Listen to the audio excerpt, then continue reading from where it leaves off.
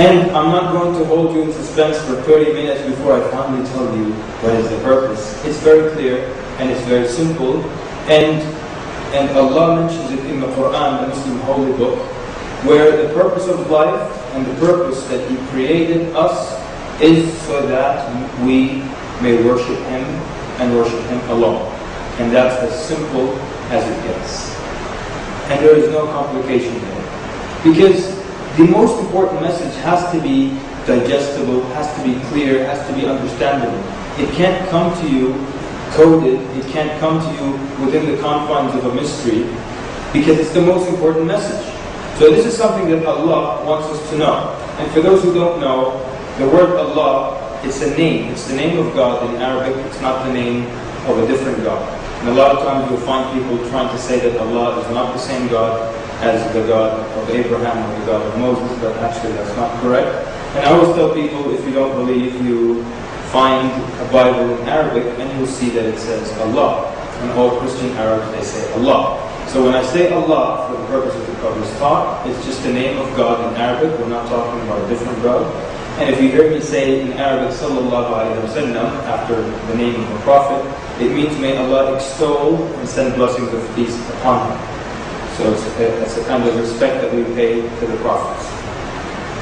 So we were saying that everything has a purpose. It can't be that the human being doesn't have a purpose. The purpose of life is to worship the Creator. And so many people become confused with different things in life. And some people think that they were born to become an actor, or born to become a model, or born to rock and roll, born to become a singer, or born to whatever it is, extreme motorcycling or skydiving. These things come secondary to why Allah created you. The first and foremost reason, we were put here on this earth to worship the Creator. But then so many things come in our path and they take us and pull us away from the purpose of our existence. So we are to worship Allah alone and to not associate anything with Him or alongside Him in worship. And that is the most important thing. And that is actually the worst crime, is to worship someone else with Allah. The brother who just introduced me, Brother Ahmad, he said, that I came all the way from Sudan, and he made it, because of his good manners, he made it sound like I am doing them a favor, but it's actually the other way around. They bring me, wherever I am. They brought me once from Sudan, they brought me all the way from Washington, D.C., and they're very nice to me. They give me the chef treatment, where they call me in the morning, what do you want for breakfast? And they call me at lunch, what would you like to have for lunch? And they call me for dinner, what would you like for dinner? And they're being nice to me, do you need anything else? Can I get you some shampoo, mouthwash, whatever you need? They always give me this excellent treatment.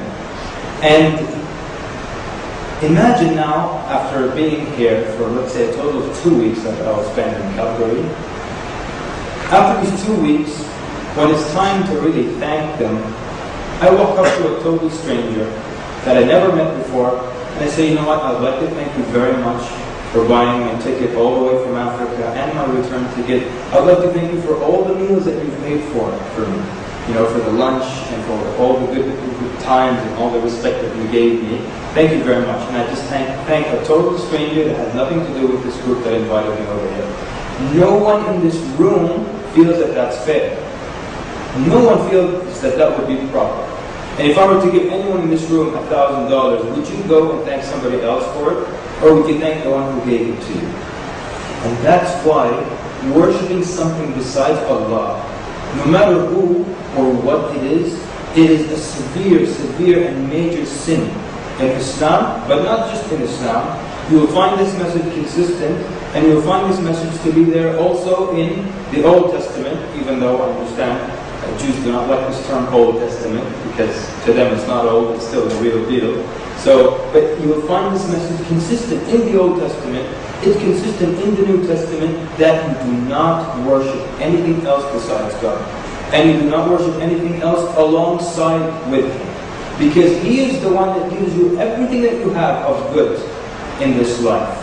Everything that you have. And you can't put a price on the things that He gives you, the blessings that He gives you. I guarantee no one in this room would sell their 2 eyes, not even for $100 million. I can guarantee. Or even your hearing. or your ability to speak for that much money. Because you can't put a price on the blessings that Allah gives you. And in the Quran, Allah even mentions that if you were to try to count the blessings of Allah, you won't be able to enumerate them. And there's so many things that He gives us, and they're blessings, but we take it for granted. We don't even consider them as blessings. So for example, some of you have very good hair. How many people wake up in the morning and just thank God for having good hair? Most people don't consider good hair as a blessing. Until you see someone with a hairstyle like me, then you're like, oh, thank God for my hair. How many people remember to thank Allah for their teeth? That's a blessing. You don't remember that.